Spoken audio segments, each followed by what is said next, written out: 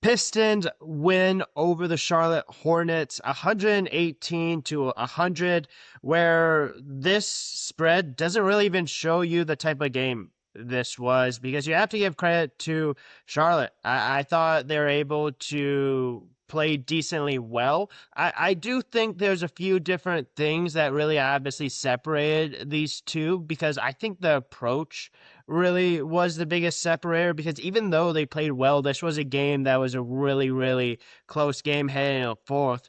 The biggest difference of the Hornets versus the Pistons in this one was the balance that the Pistons had. I thought the Pistons did a really good job of balancing going in the paint, taking twos and taking threes when they had an opportunity to do so. And the Pistons shot decently well from three, 33% from three. Only took 27 threes, which if you compare that to the Hornets took 47 threes in this game.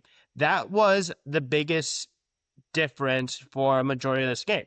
Now, when it comes to the fourth quarter, that's when everything changed. The Pistons defensively started to shut things down. And that's the most dangerous situation a team can be against the Pistons. And that's how good this Pistons team can be. That's a big reason why they have 59 wins at this point because they can be a very, very, very, very good defensive team if they really turn up that defense, which they absolutely did in that fourth quarter. Teams don't really have a chance. And this is a team that is obviously back to 100% health for the most part. Cade Cunningham obviously played in this game, 14 points, but it wasn't just him because I thought Duncan Robinson in this game was absolutely spectacular. I thought he had a few huge threes in this game, continues to shoot the ball extremely well, 19 points, 6 for 11 from the field, and another kind of difference maker of this game between the Hornets and the Pistons is the third quarter because Jalen Duren did not play very much in the third quarter because he had 4 fouls at that point. What ended up happening in that third quarter? The Pistons and the Hornets tied.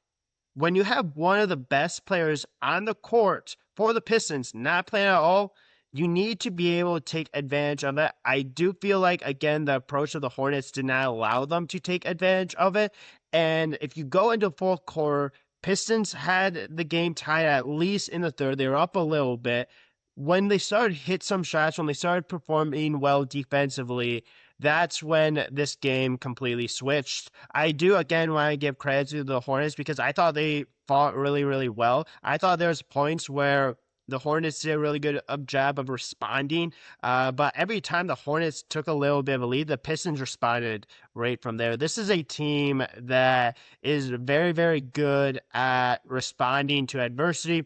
This is also a team that really made the Hornets struggle pretty early on from three. They started 1 for 7 from three. I thought LaMelo Ball kind of got the offense going for the Hornets a little bit, made 2 consecutive threes.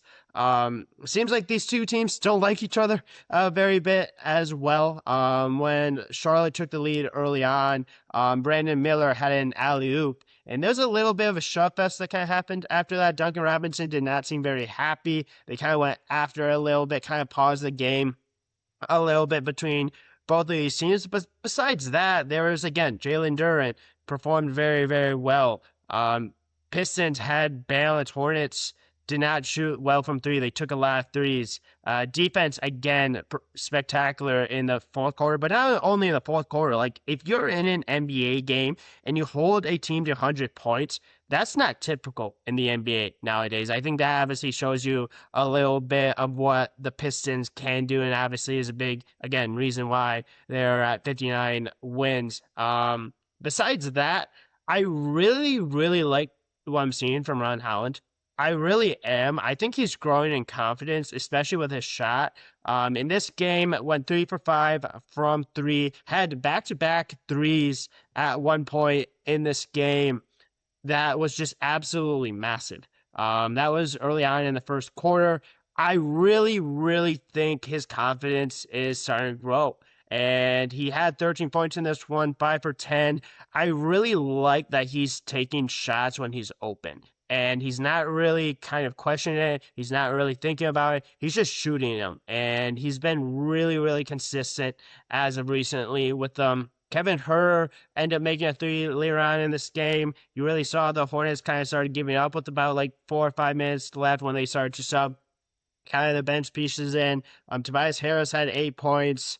Asher Thompson went 5 for 8 from the field, 12 points. There's just multiple good performances in this one. And do I think this is the Pistons' best performance? No, I don't. They still only shot again 33% from three. I think they could be a little bit better than that. Rebounding kind of dominated from there, won the rebounding battle by 7. Just defensively, they were elite, especially in the fourth quarter. Offensively, the Stars just continue to do what they've done all year. And I just love watching Cade Cunningham play. 7 for 13, 14 points. Didn't make any threes in this one. But Jalen Duren, again, rebounding, physicality. Cade Cunningham, really good at assists. Asher Thompson, one of the best defensive players in the NBA. This is just a team that's playing really well right now, and a team that's playing with a ton of confidence with only one game left to go. And they have an opportunity here to get to 60 wins, which is absolutely incredible. Obviously, they've locked up the number 1 overall seed in the East. This was a game that the Hornets truly needed. And you really saw that urgency of the Hornets. Again, really close game for 3 out of the first 4 quarters. But I really like what I saw from the Pistons in this one. You really saw the kind of the game continuing to stay close, continuing to stay close until the Pistons went on a big run when the Hornets could not actually respond to on that one. They did a good job on other ones, but defense truly played the end of the game. Really, the overall balance, the approach truly played a difference in this game, and just overall a good win for the Pistons. And yeah, they're starting to gel again, and it's a really fun team to watch. This is going to be a really dangerous team in the playoffs if they play this way, and it's really good to have a Detroit team like this. But good win for the Pistons, dominant 18-point win on the road. A little bit uncomfortable for the first 3 out of the first 4 quarters, but at the end of the day, winning by 18 in the NBA for a very hungry Charlotte Hornets team that needed a win. You're not going to complain about that, especially after that fourth quarter performance that they had, especially on the defensive side of the ball. But let me know your thoughts on this win. Who do you think was the MVP? Who do you think played well? Who do you think did not play well? I thought the Pistons, for a majority of the game, played very well. Obviously, turnovers were at 13. Would love to fix that, but at the end of the day, not going to complain very much about a win. So good win for the Pistons. Make sure to like, subscribe, comment as well. Tune into other content as well. Please feel free to share this with friends, family, with anyone that you know that likes Pistons. More Pistons content will be coming up, especially with the playoffs coming up here shortly.